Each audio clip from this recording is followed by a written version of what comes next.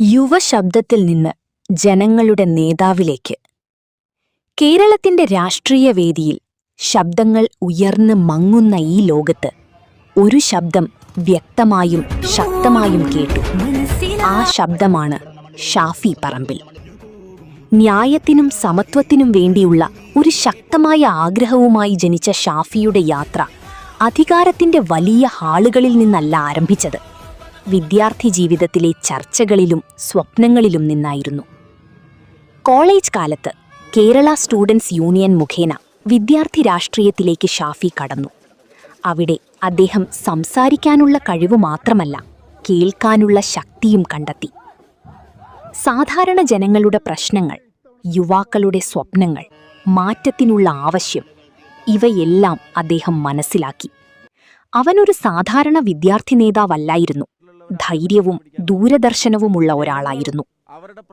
കാലം കടന്നുപോയെങ്കിലും അവന്റെ സമർപ്പണം ഒരിക്കലും മാറിയില്ല.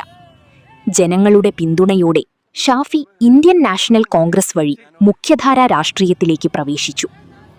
പാലക്കാട് ജനങ്ങളെ പ്രതിനിധീകരിച്ച് ഇപ്പോഴും ആളുകളോടൊപ്പം നിൽക്കുന്ന നേതാവായി അദ്ദേഹം മാറി. വാഗ്ദാനങ്ങൾ മാത്രം പറയാതെ പ്രവർത്തിച്ച നേതാവ്. നിയമസഭയിൽ ശക്തമായ പ്രസംഗങ്ങളായാലും തെരുവുകളിൽ ജനങ്ങളുമായി നേരിട്ട് കൂടിക്കാഴ്ചകളായാലും ഷാഫിയുടെ ലക്ഷ്യം ഒരേയൊന്നായിരുന്നു: മാറ്റം. യുവജന പ്രശ്നങ്ങൾ, തൊഴിൽ ക്ഷാമം, സാമൂഹ്യനീതി, ഇവയെക്കുറിച്ചുള്ള അദ്ദേഹത്തിന്റെ വാക്കുകൾ ശക്തവും ഹൃദയസ്പർശിയുമായിരുന്നു. എന്നാൽ ഓരോ നേതാവിൻ്റെയും പോലെ അദ്ദേഹത്തിന്റെ യാത്രയും വെല്ലുവിളികളാൽ നിറഞ്ഞിരുന്നു. വിമർശനങ്ങളും രാഷ്ട്രീയ പോരാട്ടങ്ങളും അദ്ദേഹത്തെ പരീക്ഷിച്ചു. എന്നാൽ അവൻ ഒരിക്കലും പിൻവാങ്ങിയില്ല. പ്രതിസന്ധികൾ അദ്ദേഹത്തെ കൂടുതൽ ശക്തനാക്കി. കേരളത്തിലെ നിരവധി യുവാക്കൾക്കായി ഷാഫി പറമ്പിൽ ഒരു രാഷ്ട്രീയ നേതാവ് മാത്രമല്ല, പ്രതീക്ഷയുടെ പ്രതീകമായി മാറി. അവന്റെ യാത്ര നമ്മെ ഓർമ്മിപ്പിക്കുന്നു: നേതൃത്വം ഒരു സ്ഥാനമല്ല, അത് ഒരു ലക്ഷ്യമാണ്.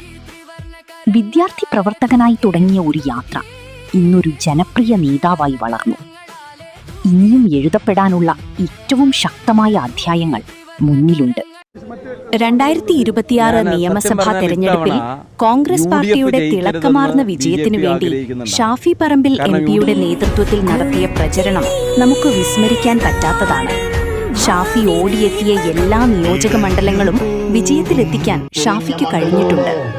ഷാഫി പറമ്പിൽ എംപിയുടെ ഇനിയുള്ള രാഷ്ട്രീയ തേരോട്ടത്തിലും നമുക്ക് എല്ലാ വിജയാശംസകളും നേരാം.